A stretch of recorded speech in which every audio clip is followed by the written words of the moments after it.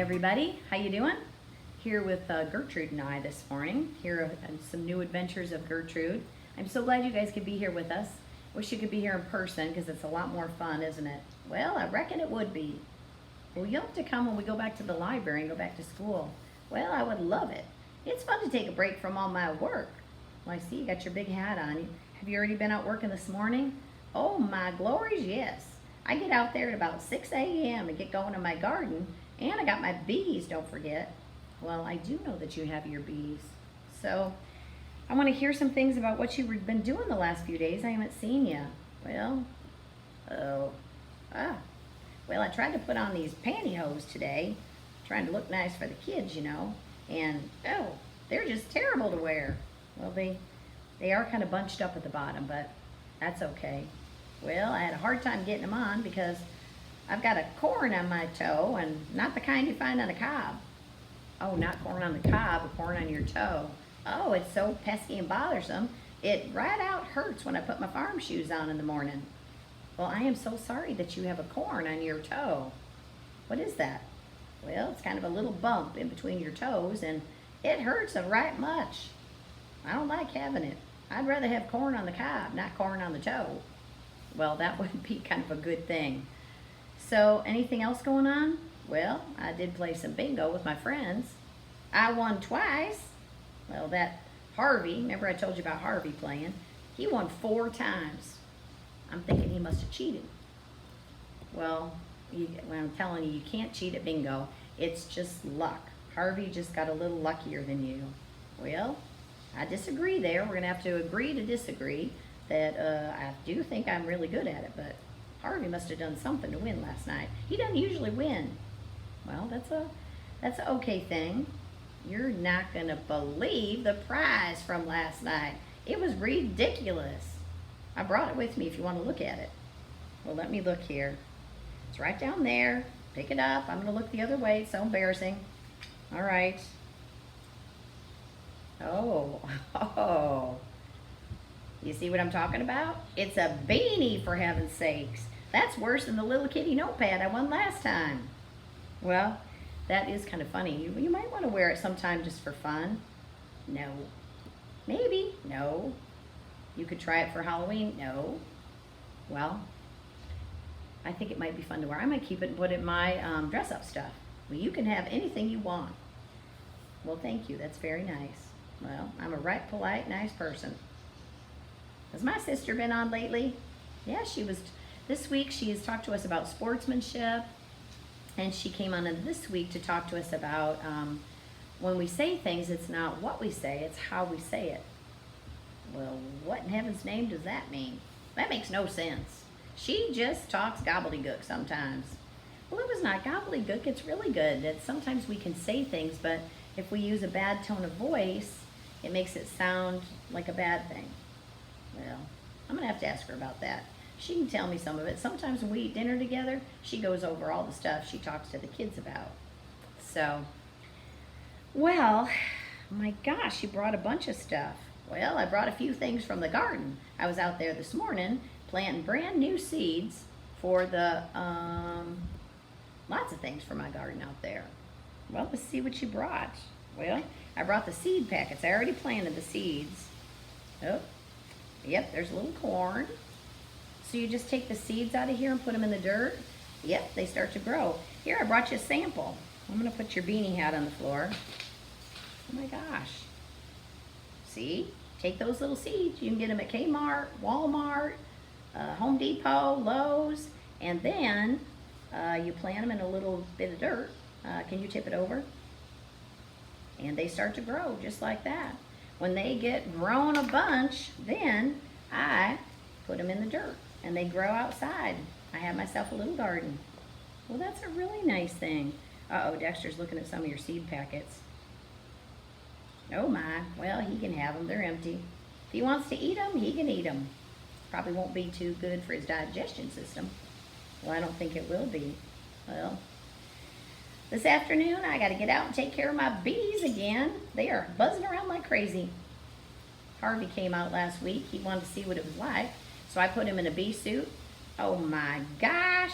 He was just a big sissy out there. He was running all over. Oh, they're going to sting me. They're going to sting me. Oh, there's another one. I said, Harvey, there are 60,000 bees in every one of these boxes. There are going to be bees. You can't run from them all. What a nut. Well, I don't know. I might be a little afraid my first time out there too. Well, there's nothing to be afraid of. You just suit up, go in there, and you get to be the bee's friend. Sometimes I put a little smoke on them, a little puff of smoke on them, and it calms them right down. Then I can get in there and look everything over. Well, that is a really nice thing.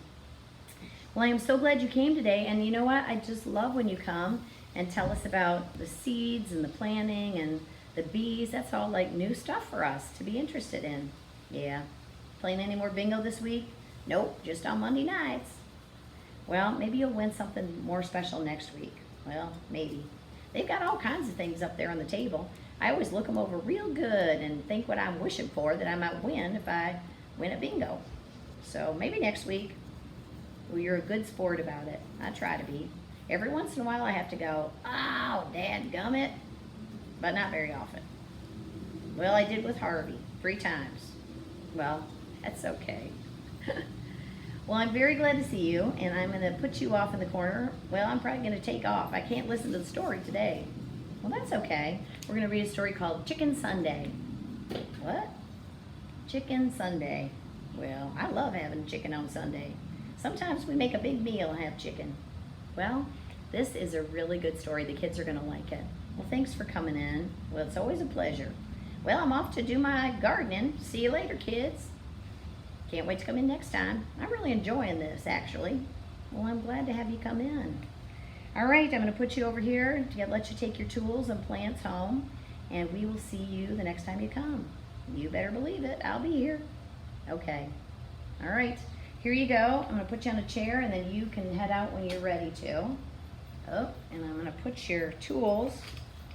Look, and she brought a little spade and a little trowel to dig in the dirt with. Hey, Miss Mayfield, don't forget your tools. And here's some of your seeds. Oh, there she goes. Oh, here she's coming back. Good thing, because she wouldn't want to get out there and not have those. Well, this is a story called Chicken Sunday by Patricia Polacco, and she's one of my very favorite authors. Again, we have a big basket of books in the library by Patricia Polacco. And we also read one called Rodchenka's Eggs. If you've been tuning in often, you will have seen the book Rodchenka's Eggs that are in there too. So it is such a good book. Usually we read the back of the book and read the blip, but this one is just other people talking about how much they love the book. So we will flip it back over. Here's the title page.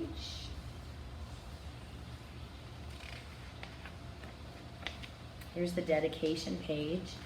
When authors dedicate their book to whoever they want to, whoever was an influence in their life, maybe their grandma, maybe their mom, maybe a teacher they had. You can dedicate your book when you're the author to anybody that you want to, and it just makes it a little special thing for them. Remember, she does all her own illustrations, and she's very interesting to learn about. Stuart and Winston were my neighbors. They were my brothers by solemn ceremony that we performed in the backyard one summer. They weren't the same religion as I was. They were Baptists. Their grandma, Eula May Walker, was my grandma now. My babushka had died 2 summers before. Sometimes my mother would let me to go to church on Sunday with them. Oh, how we loved to hear Miss Eula sing. She had a voice like slow thunder and sweet rain. We'd walk to the church and back. She'd take my hand as we crossed College Avenue. Even though we'd been churching up like decent folk ought to, she'd say, I don't want you to step on that front one. Those cars are coming too fast. You'll be as flat as a hen's tongue. She squeezed my hand. When we passed Mr. Kadinsky's hat shop, Miss Eula would always stop and look in the window at all the wonderful hats. Then she'd sigh, and we'd walk on.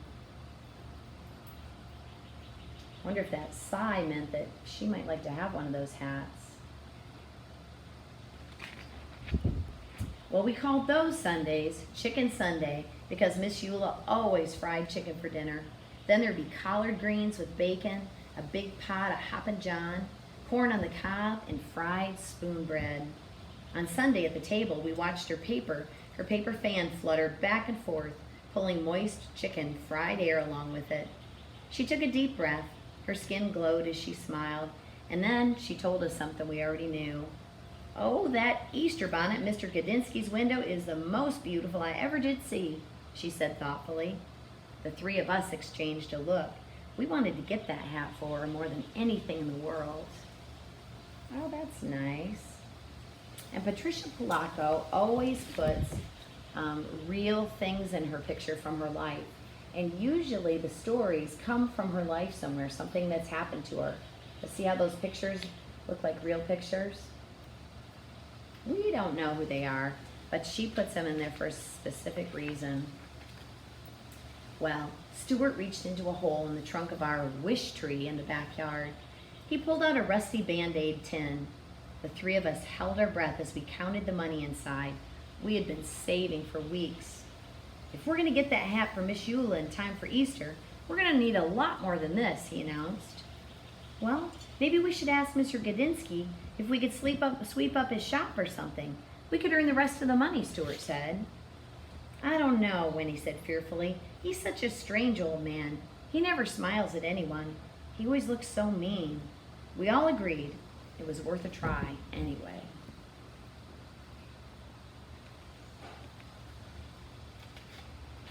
Well, the next day, we took a shortcut down the alley in the back of the hat shop. Bigger boys were there. They were yelling. Eggs flew past us and pelted Mr. Gadinsky's back door. Just as the boys ran away from the door, it flew open. Mr. Gadinsky glared straight at us. "You there," he yelled. "Why do you kids do things like this?" "It wasn't us," Stuart tried to say, but Mr. Gadinsky wouldn't listen to us. "All I want to do is live my life in peace. I'm calling your grandmother," he shouted, and he wagged his finger in Stuart's face.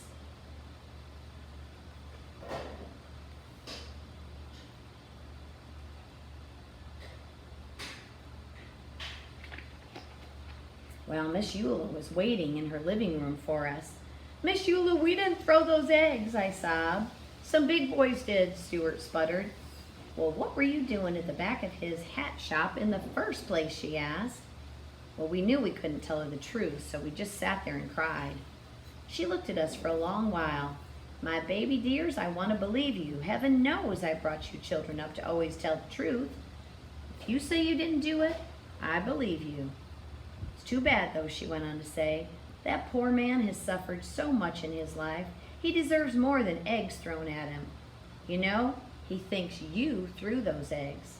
You'll have to show him that you're good people. You're going to have to change his mind somehow."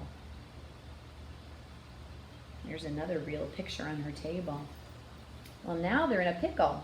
Mr. Gadinsky is not listening, and they're trying to tell him we didn't do it. And it was kind of a person they were a little bit afraid of anyway. Well, in my kitchen the next day, we thought and thought. "How could we win him over when he thinks we threw those eggs?" Stuart said. "He doesn't even like us," Winston chirped. "Eggs," I said quietly. "Eggs?" Stuart asked. "Eggs!" I screamed. I went to the kitchen drawer and took out a lump of beeswax, a candle, a small funnel and a wooden handle, and some packets of yellow, red, and black dye. And this is Enrichenka's eggs, what I was telling you. This is something she really does in real life, and you need to look her up online and watch her doing the eggs that she does.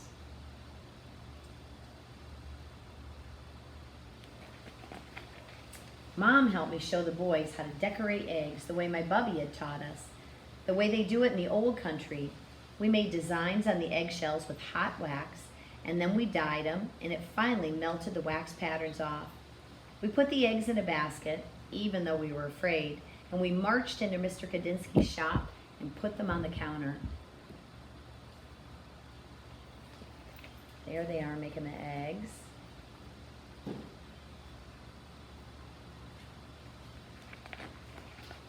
He raised his eyebrows and glowered at us. Then his eyes dropped down to the basket. "Spasiba," he said softly. That means thank you in Russian. Pasanki, eggs. He looked at them closely. Oh, I haven't seen these since I left my homeland. We didn't throw those eggs at your door, Mr. Kadinsky, we told him. He looked at us for a minute. Well then, you have great courage to be here. Chutzpah, you have chutzpah. Then his eyes glistened and his mouth curled into a warm smile. Come and have some tea with me.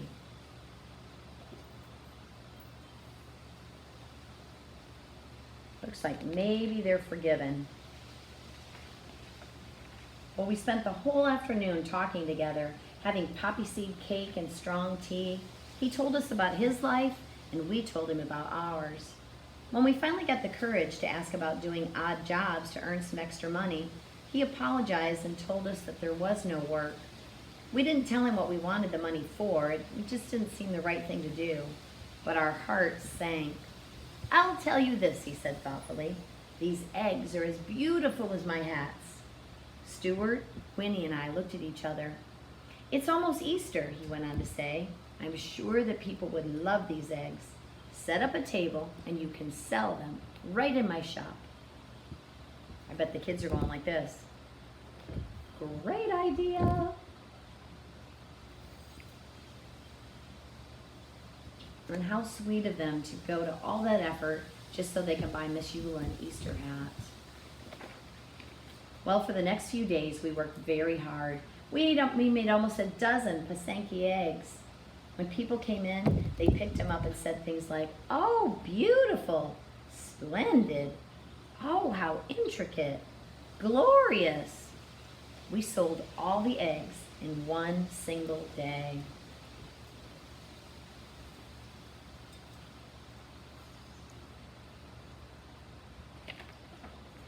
Well, that afternoon, when all the eggs were gone, we counted our money. We had more than enough for the hat. We were just about to tell Mr. Kadinsky that we wanted to buy the hat when he came out of the back room holding a beautiful hat box, all gift wrapped. You keep your money, children, he said softly. I've seen Miss Eula admire this. It's for her, isn't it? Tell her that I know you are good children. You are such good children. So he had been watching what they were doing and watching them try to earn the money to get Miss Eula's hat, and he gave them a hat in a special hat box all wrapped up for her.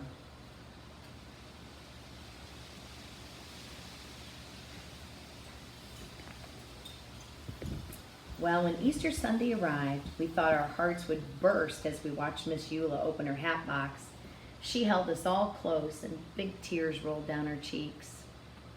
And there is nothing like giving that perfect gift to someone that you know will mean so much to them and that they love. Giving a gift is just as fun as giving one, sometimes more fun.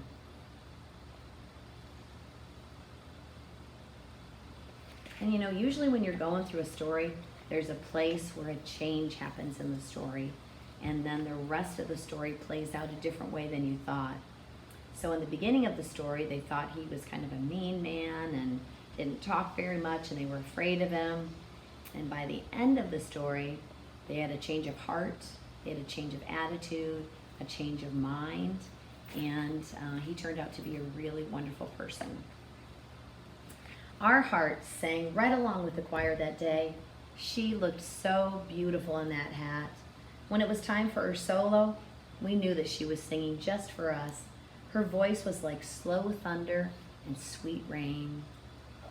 I would love to hear what slow thunder and sweet rain sounds like.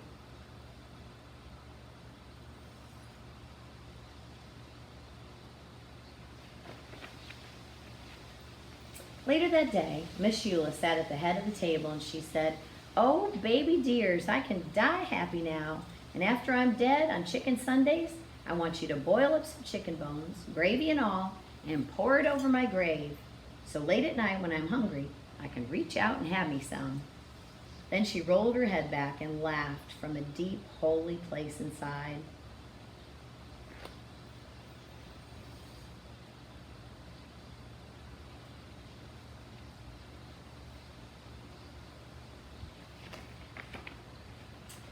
Well, Winston, Stuart, and I are grown up now.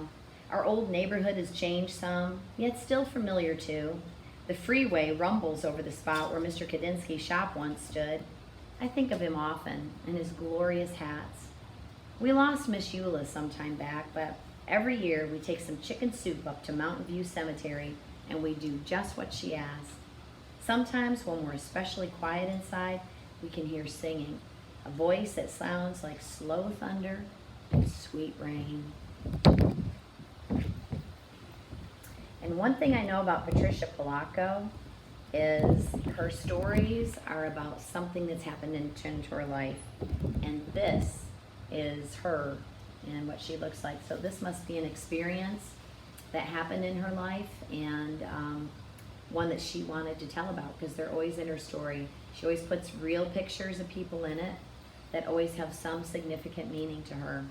And she was a redhead, and there's a book called My Rotten Redheaded Older Brother, and they were both redheads. So look her up, Patricia Polacco. She has a great website, and you can learn about the Pochinki eggs too. All right, have a great day. I'll see you tomorrow, and with another book. I'm not sure which one it is, but it will be a good one. All right, you guys, bye.